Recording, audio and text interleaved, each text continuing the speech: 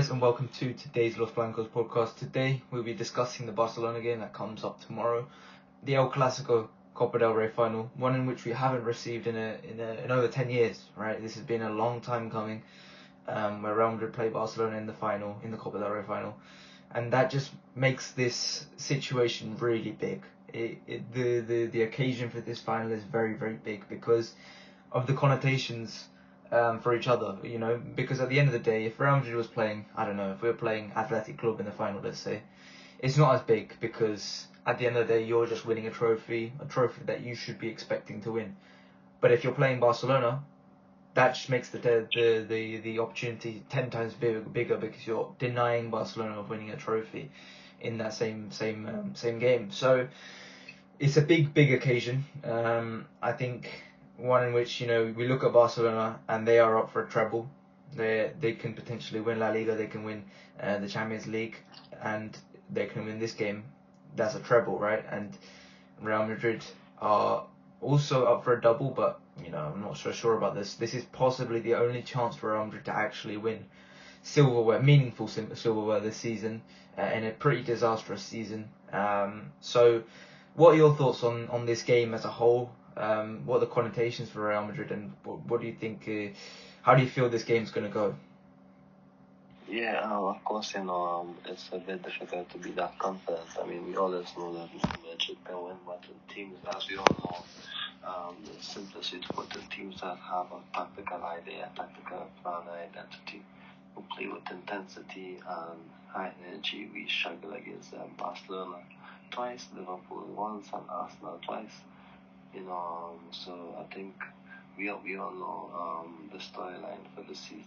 That we don't have any structure, we don't have any balance, and teams who have that clear idea of what they're doing would put a lot of pressure on us. It's as simple as that. Despite all the storylines, we can only win through playing, and the fact is that while playing, we can't beat teams who play with intensity, who have that drive, work hard, and have that clear idea. So it's as simple as that. Yeah, I mean, we'll talk more about that in a second. In terms of this game, like I said, this is potentially the last game of Real Madrid's season, like in terms of importance, because La Liga, if Barcelona do their job, La Liga's over, and so as a result, this is probably the only big game left of the season. Apart from the reverse El Clasico that we play in the league as well. But at that point, the league might be done at that point. So it's a huge game because this is season. This is the season this is the final game of the season for Real Madrid, the biggest game of the season. And if it all goes wrong, then that's the season over. Basically, in my opinion, there's nothing to play for from now until the end of the season. So it's a huge occasion. We have to turn up, and I want to see the players. As a result, I want to see them give it their all, because I think they did give it their all in the second leg against Arsenal. They did try very hard, but they just weren't good enough. I want to see it again, but I want to see a bit more of a coherent tactical plan from Carlo Ancelotti, which at this point I don't know how realistic that is. This is potentially the last game of Carlo Ancelotti's Real Madrid career, or the last meaningful one at least of Carlo Ancelotti's career. He's going to have to do something special and he's going to have to do something bold, in my opinion, because all season long he's been doing the obvious thing. He's been doing the things that are easy to make. He's been making easy decisions, and it's cost him so many games. I think in this game he just has to throw the kitchen sink at it and just go for it. Try and win this game. Try and do something bold. Try and beat Barcelona in a different way. Because if you do what you normally do, Barcelona will have you sorted. Hansi Flick will have you sorted, and there's really not going to be any chance. So I think something which Carlo Ancelotti is going to have to do he has to be bold. And I remember a couple of years ago, in 2015-16, I'd like to say, it was 2015-16, when Rafa Benitez was going into that El Clasico, the first one of the season, and he didn't play the guys that he wanted to play. He played the guys that the board wanted him to play, and he ended up losing 4-0. And it begged the question, what would have happened if Benitez actually did what he wanted to do, what he thought he should have done. but he didn't have the balls to go ahead and do what he wanted, and it ended up costing him his job. So I think in this situation, Carlo Ancelotti has to do something bold, something different, because if he does the same thing again, there is no way but Real Madrid beat Barcelona. That's the only way I can see it happen. Yeah, I 100% agree with you. Actually, it's total sense. I must say, if you simplify it, is that he has to have a clear idea and a clear plan. But what is his plan? What has he shown us this season?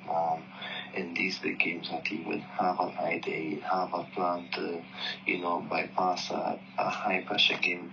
When the team is pressing high, when the opponent is high up the pitch, putting a lot of pressure on you. What plan has he shown this season? So I think that's a problem. You can forget all the injured players. What plan has he shown this season? Yes, we saw that he wants to move to a 4-4-2, but with Camavinga injured, and then Valverde needed in fullback. Would he actually move to 4-4-2 with the back of midfield? Will he start Modric? I don't think so. So I think the only players who are going to start the midfield might be Tchouaméni, Ceballos, and Bellingham. So I think his idea would have been to just have two banks of four to defend better and play with intensity. So, but I don't think he have a clear tactical plan to show us, that he has an idea. At least Benitez maybe had an idea, maybe of what he wanted to do. I don't think Ancelotti has that this season. So I think that's a difficult part in my opinion. Yeah, I mean, let's talk about Barcelona, because it's been a very good season for them. They've been practically perfect, I would say. A lot of the time in this season, they've made very few mistakes.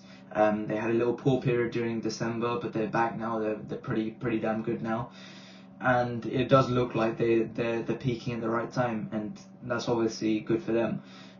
The players that have gotten this far are continuing to play well. Rafinha's continuing to play well. He had a little bit of a dip in form, but he's back now. Same with Yamal, same with Lewandowski. They're all firing. They're all fit. They're all perfectly good to play this game, and they're all ready to go.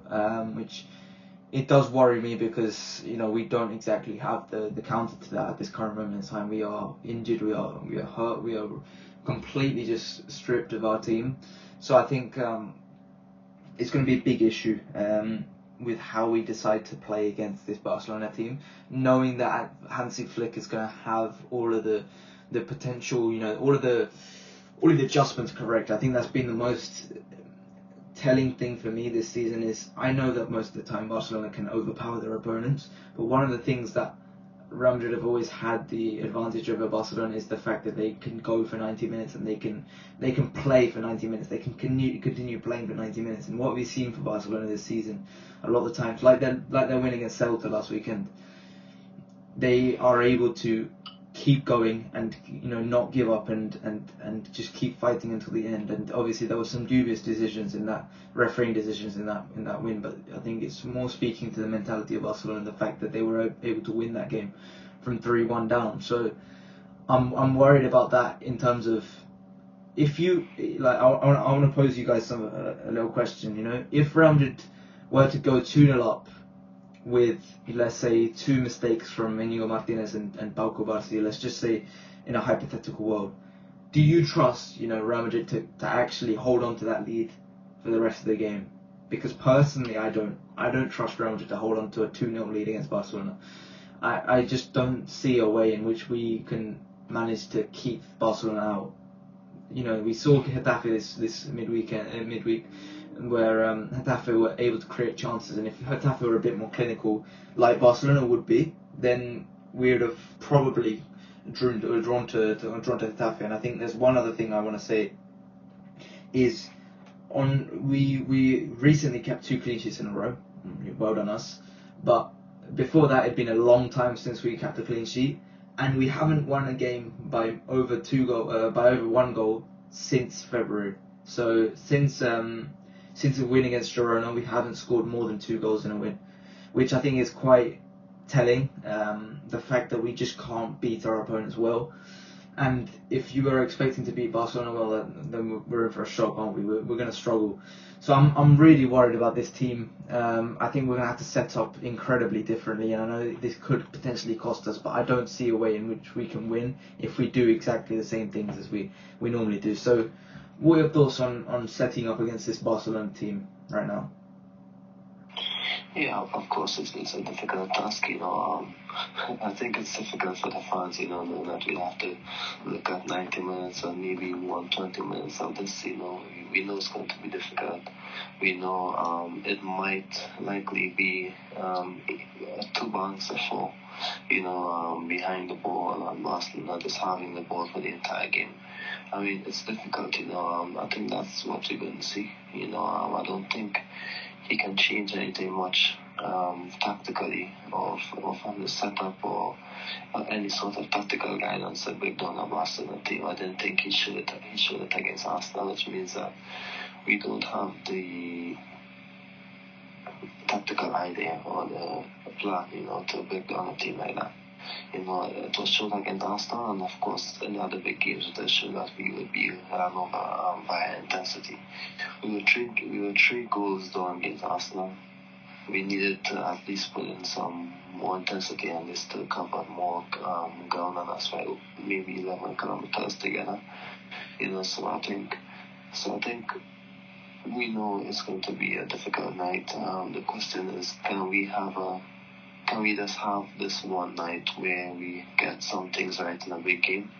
Or would it be the same old story from this season? Because what we have seen against Arsenal have been maybe an extension of what happened against Barcelona and Liverpool, or what happened in games like when we were just leaking chances. So I think it's going to be difficult because we have a clear idea of what we're going to expect. And when you have a clear idea of what you're going to expect, I'm sure that the opponent also has a clear idea of what they're going to expect. So I think would Ancelotti give us a surprise, or would it be the same old? And I believe it might be the same old. We're going to bank on the players performing like they did against Manchester City in that one-off game where we're going to get a win. So of course you can never cancel out Madrid, but probably some of you've seen this season. It's difficult, to say that you're actively looking forward to this game. Yeah, I think let's talk about Barcelona's team. I'm gonna give you the predicted lineup for their team. This is not 100% sure, but this is what I can do. Goalkeeper is probably gonna be Szczesny in goal. Right back Jules Koundé. Centre backs Ronald Araujo. The other centre back Cubarsí. Left back Gerard Martin because Valdez is injured. Potentially Inigo Martinez could also start, but I think those two will most likely start, knowing what Araujo's done with Vinicius in the past. The midfielders would most likely be Pedri, De Jong and Dani Olmo. Dani Olmo's been in pretty good form recently, so I think he will most likely start. And then the front three I should say, Lamine Yamal, Rafinha, and it will be most likely Ferran Torres, although they do have Lewandowski coming back off an injury. Even Ferran Torres, we probably look at Ferran Torres as a bit of a joke, but he's been in good form as well, which I think speaks a lot on Hansi Flick and what he's done with Barcelona. The fact that he's getting the best output out of absolutely everybody, and he's getting the best output out of someone like Ferran Torres, who we looked at as a joke, but at the end of the day, he's scoring goals and he's winning games for Barcelona, which a lot of our players are not doing. So I mean, let's talk about Barcelona's press, because I think that's one thing which has completely suffocated us 2 times this season. The first game, I think we actually did all right in the first half. In the first half, we did all right to deal with Barcelona's press. But then the second half, we just completely collapsed. We completely gave it up. As soon as we conceded the first one, it just fell apart for Real Madrid in that game. The mentality looked weak, which that's not something you expect of Real Madrid. But so far this season, a lot of the times the mentality has looked weak. And then the second game, from minute 0 to 90, I thought that was a disaster. There was no light at the end of the tunnel in that game. It was just pathetic. defensively. So I think we have to do something different in distribution, and I think that the key with that comes down to Jude Bellingham. I think a lot of the times we've played Jude Bellingham as the fourth attacker. I think in this game you just have to say, screw it. Jude has to step back. He has to go into help the defense get out of that pressure, because at the end of the day we can look at the attack and say these guys are not helping without Jude Bellingham connecting everything. But if Jude Bellingham isn't helping defensively, we need Jude Bellingham helping at the back and helping in distribution, because who cares what the attack can do if you already conceded four goals in this game? So I think Jude Bellingham needs to help step back in possession, and I think the bold thing that Carlo Ancelotti needs to do is to drop one of the attackers. I think you just have to do it, because you have to find a way to try and make up those numbers, like you said. We were so far behind Arsenal in terms of the running. You've just got to find a way to make back those numbers, and I think obviously the Camavinga injury hurts us a lot in terms of that department, in the fact that we haven't got an extra midfielder. But personally, I think this is a good game to potentially play Brahim Diaz. I think this isn't the worst game to play Brahim Diaz. I don't think it's the worst game to play Modric, potentially, instead of Rodrigo. That's what I would do. Add an extra midfielder. Try and do something else with that. And just leave the attacking to Vinicius and Mbappe. Just let them counter, because you've just got to, at some point, you've just got to let them do their thing. Vinicius has been improved recently, I think, but you just got to let them do their thing. I think there's no point trying to support them. You've got to be solid defensively first, and this team is far from solid. But you've just got to make up those running numbers, and Vinicius, I think, has been much improved in terms of the work rate as well. I think Vinicius has been picking up the slack a lot. But in my opinion, I think that's what you've got to do. You've got to add an extra midfielder. Whether Ancelotti will do it, I don't know. But I don't know. I'm really worried about the pressing of Barcelona, and whether Ancelotti will actually do something to stop Barcelona from completely overwhelming us. So what are your thoughts on that?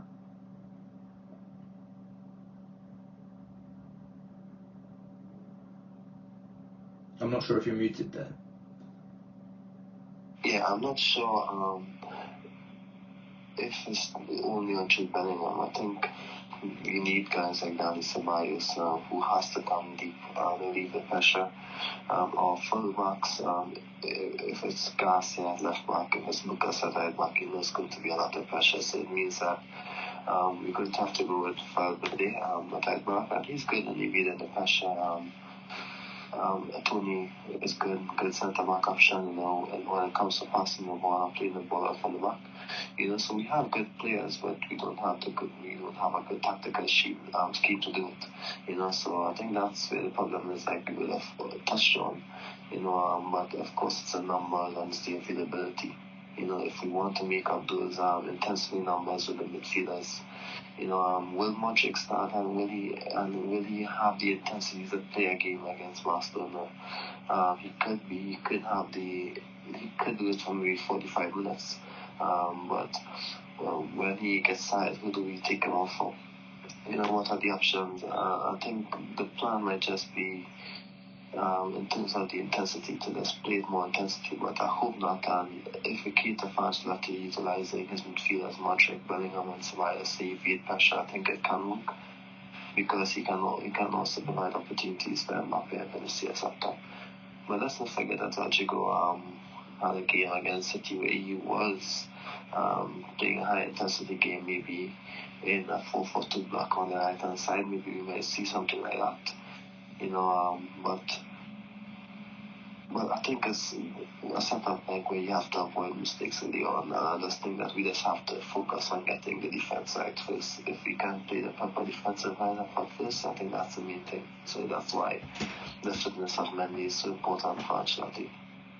Yeah, I mean, let's start with our lineups. Goalkeeper, we've both probably gone for Thibaut Courtois. Although this is meant to be Lunen's tournament, I think there's no messing around. You have to put Thibaut Courtois in goal. So have you gone for the Courtois as well? Yes, similar to the Champions League final, last year. Lunen played the games, but Courtois is there and available, and we have to play the best team, because we have to win this one, so we play the best goalkeeper. Yeah, I just don't think there's a possibility of playing Lunin in this game. So, right back. Now, I really do want Fede Valverde in midfield, and Lucas Vazquez has been much improved over the last few weeks. Say it pretty quietly, but Lucas Vazquez has been improved. But I don't know whether you can let Rafinha go on Lucas Vazquez for a third time this season. Yeah. I think that's just suicide. So for me, I've gone for Fede Valverde at right back as much as I want him in the midfield. What have you gone for here? Yeah, we saw what happened twice, and we also can't trust him. The sample size isn't good this season. If it was last season, it's because yes, he played good games against Barcelona last year, but this year, no. So we just have to stick to what stick to the best possible defense. We have to avoid those lapses. Valverde is the best option. It's as simple as that. Yes, we need him in midfield. We want him in midfield.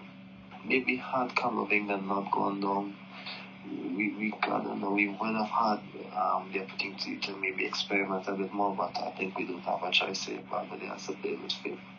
Yeah, and it's unfortunate because I think this would be a really good game to play for Valverde in midfield or at right wing. Take that place with Rodrigo. This would be like that perfect situation, right? But the right back situation is just pathetic. So what can we do? We have to play Valverde there. So centre backs.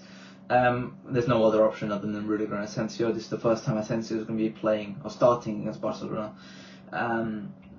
Let's hope he can make a difference against Lewandowski or against Ferran and Rafinha cutting in. Hopefully he can make that difference. He needs to be careful because this is a dangerous game. You can't just throw yourself in every tackle every this time. You have to be a bit more conservative, but hopefully he can do the job. What are your thoughts on the two centre backs? Yeah. We don't have any other options, and regardless, they have been our two best centre backs this season. So that's the guys we're going to have to play, and hopefully they can have a solid game like they've shown that they can. Asensio, there have been some small lapses in this game, but he's a young defender, and of course he's our best option to partner with Tony at this time. I don't think Alaba should be an option at left back or at centre back to start the game unless it's an emergency. So I think we know it's Asensio and Tony who's going to start this game. Yeah, left back.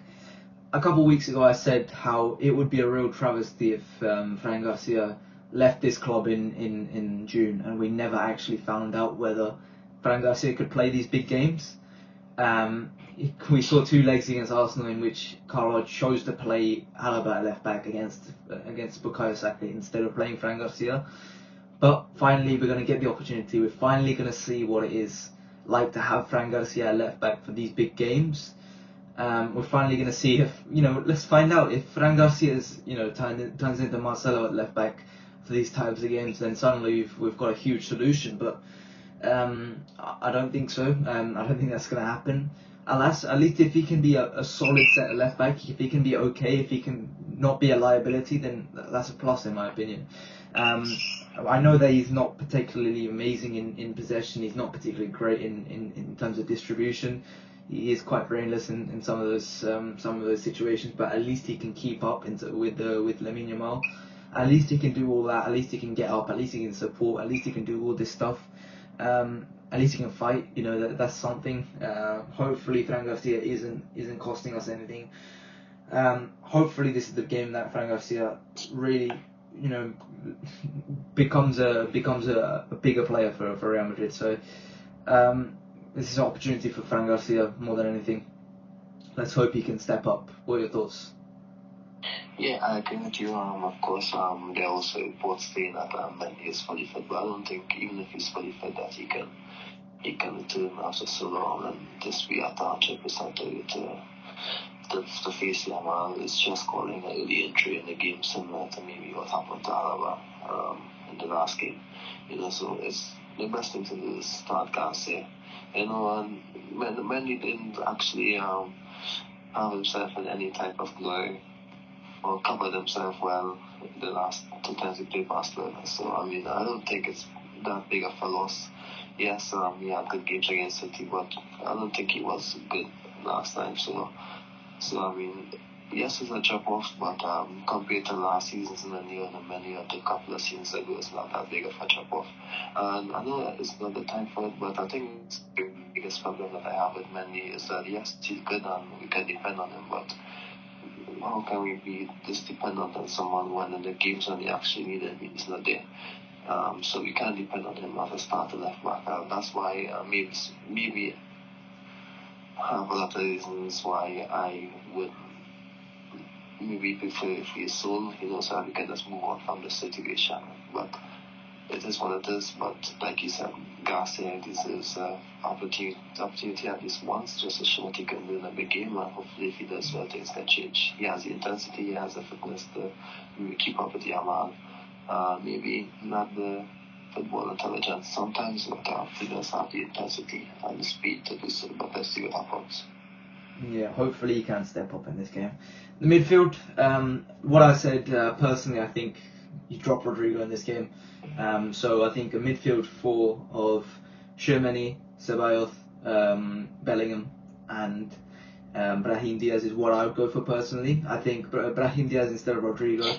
I know they're both attacking players, but Brahim Diaz covers a lot more miles than Rodrigo.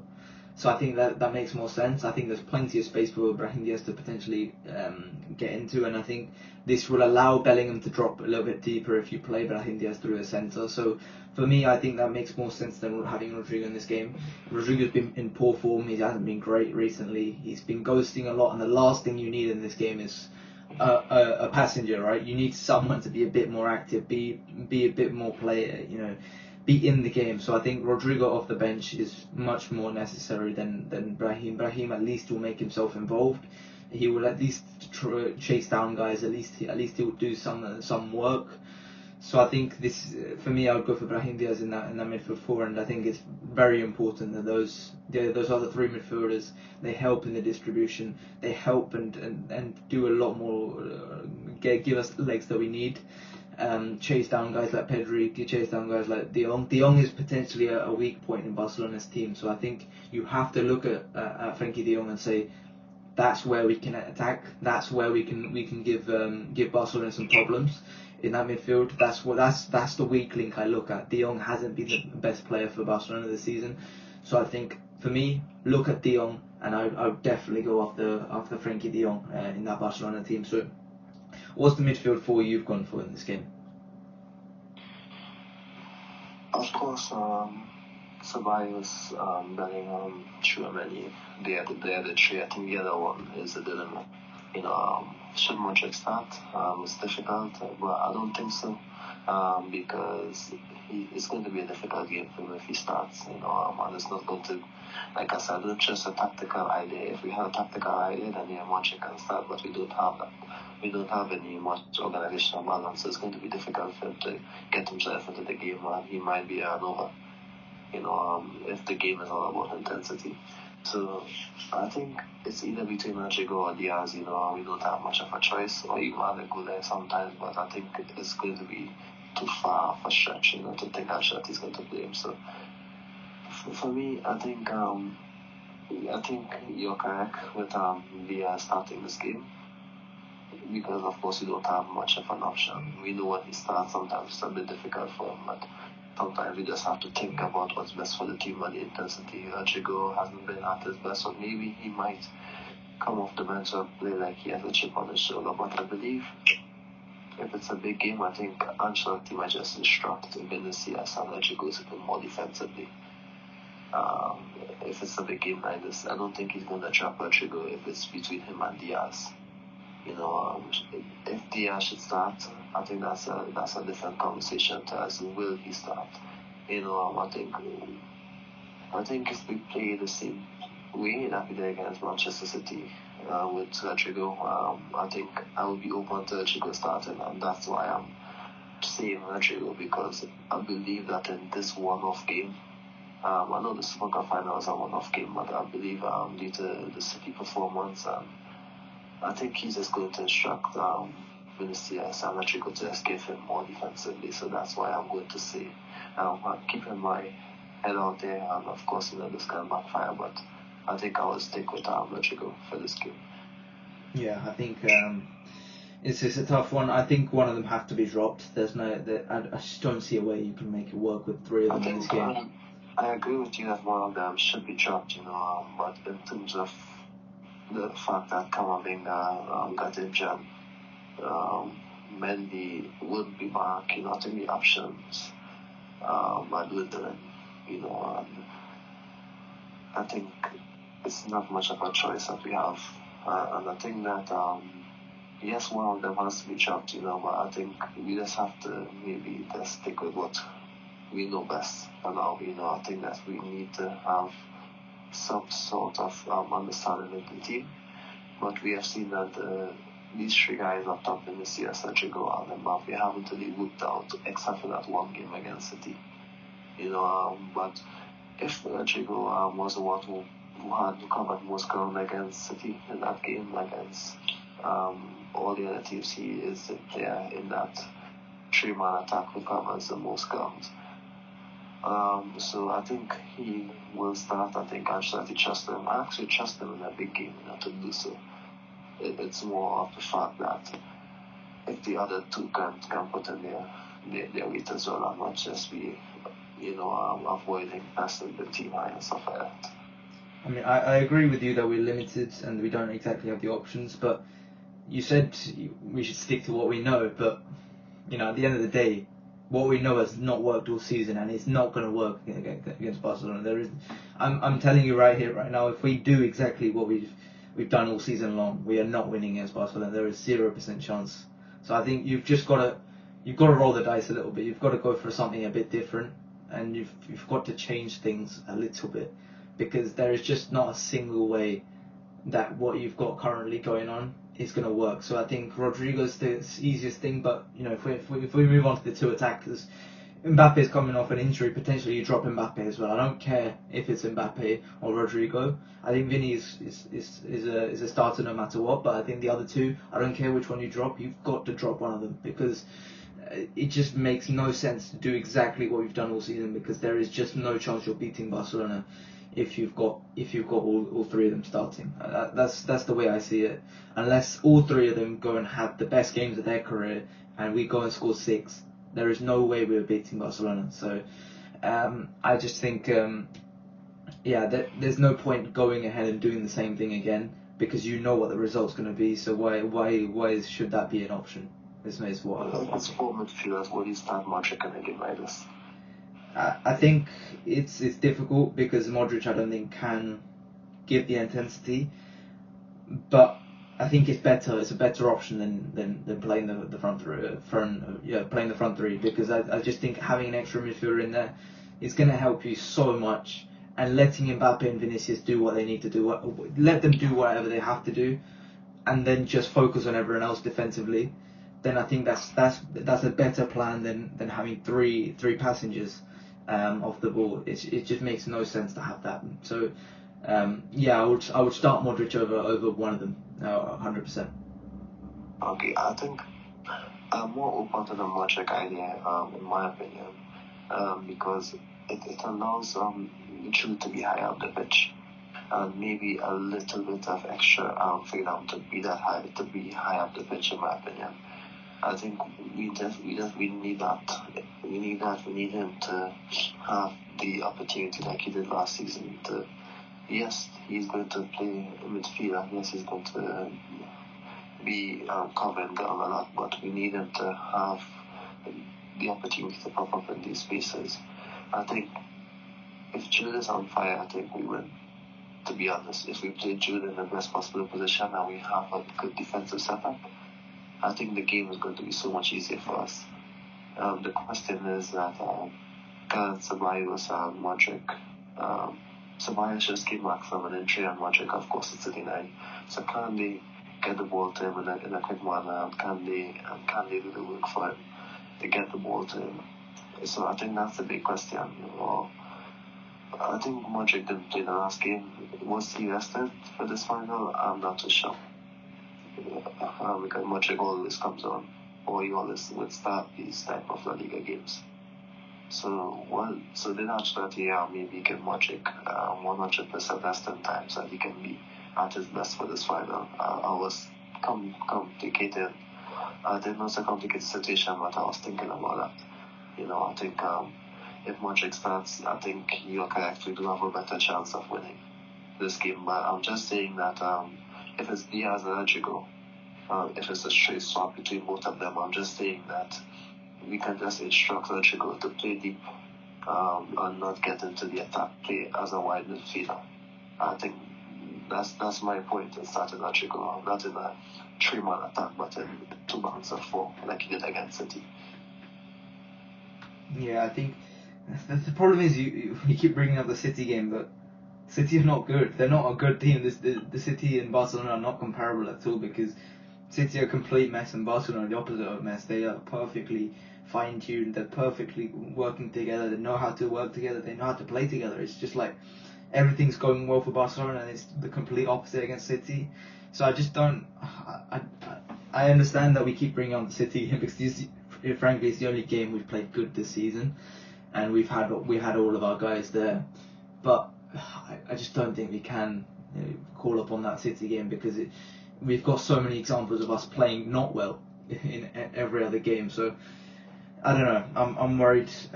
What are your thoughts on Mbappe? Because he's obviously coming off the injury now.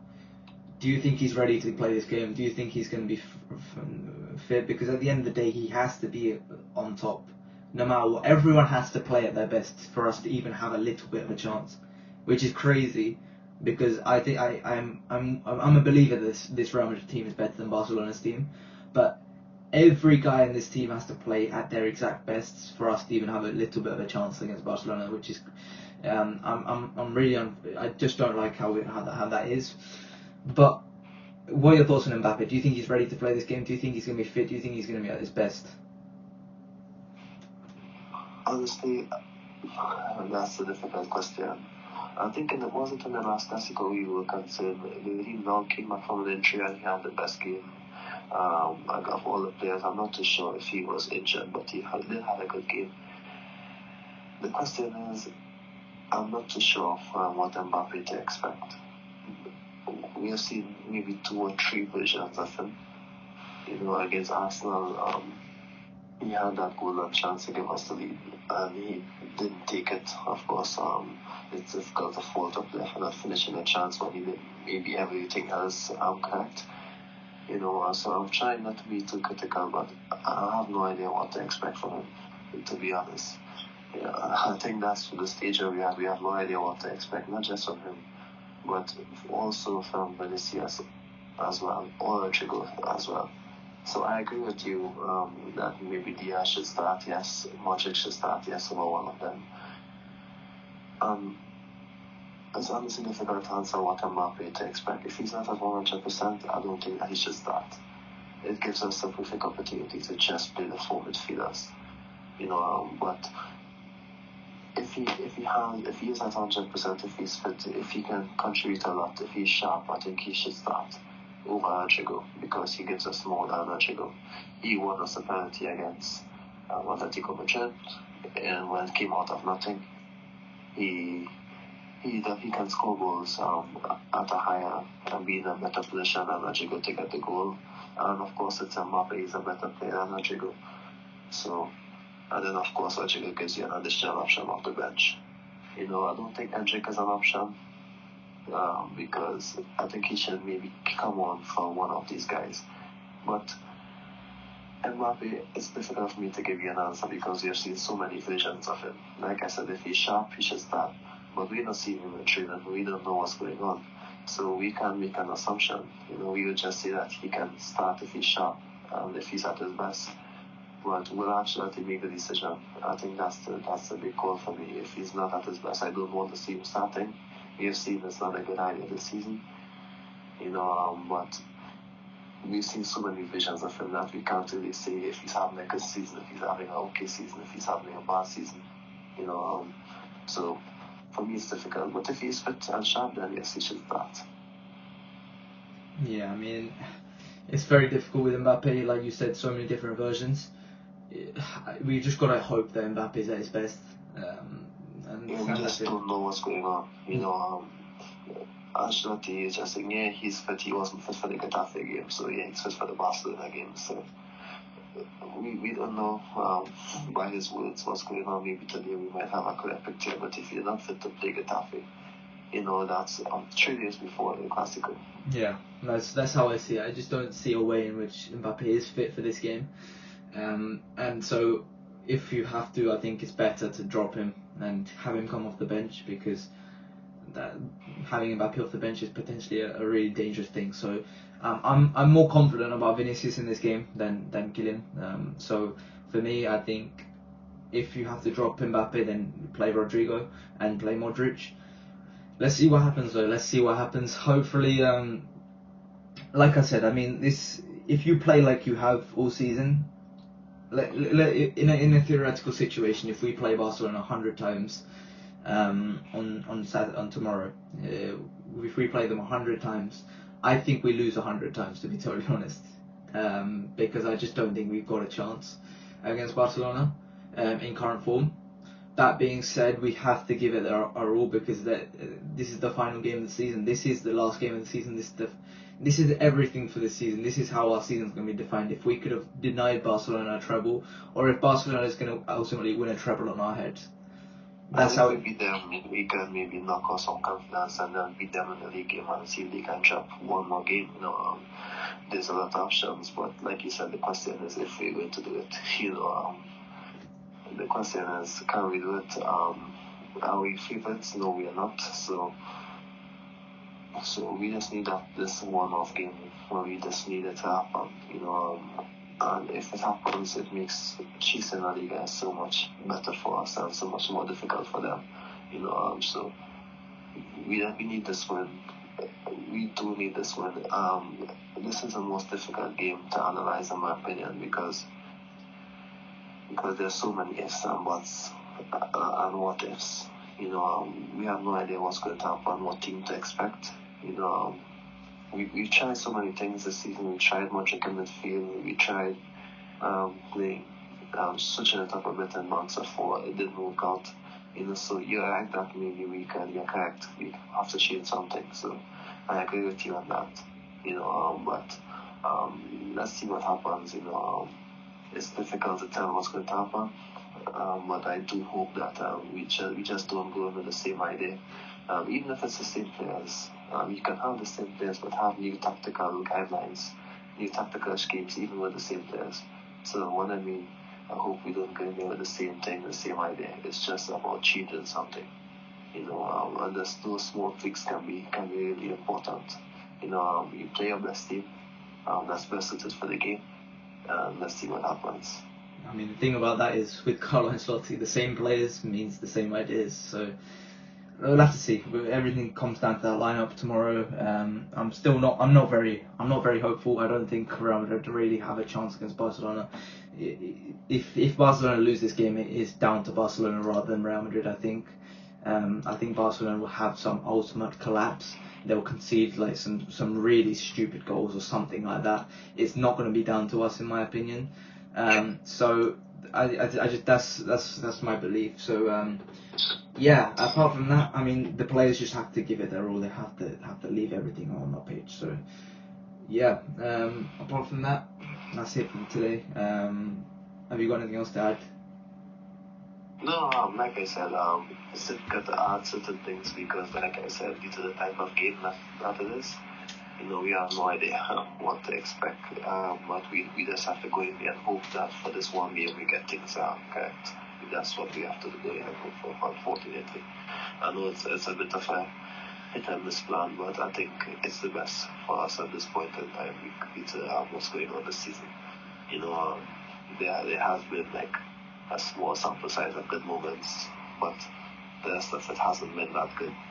So we just have to wait and we just have to hope that the coach gets it correct, because it's even difficult for us to predict what's best for this team due to the fact that our best players, some of them, hasn't shown up that much, but let's just see what happens and hopefully we can win this game. Yeah, we're gonna need something to happen, something to go our way, but That's what we hope for. That's what we live for, and that's why we're watching that game, and that's why we're not just accepting our defeat at this point. Apart from that, that's it for today. I think I'll see if I can get back for a podcast on Sunday, potentially Monday even. We'll see what happens. But apart from that, that's it. I think that's it for today. Like, subscribe, and I'll see you guys later. Bye bye.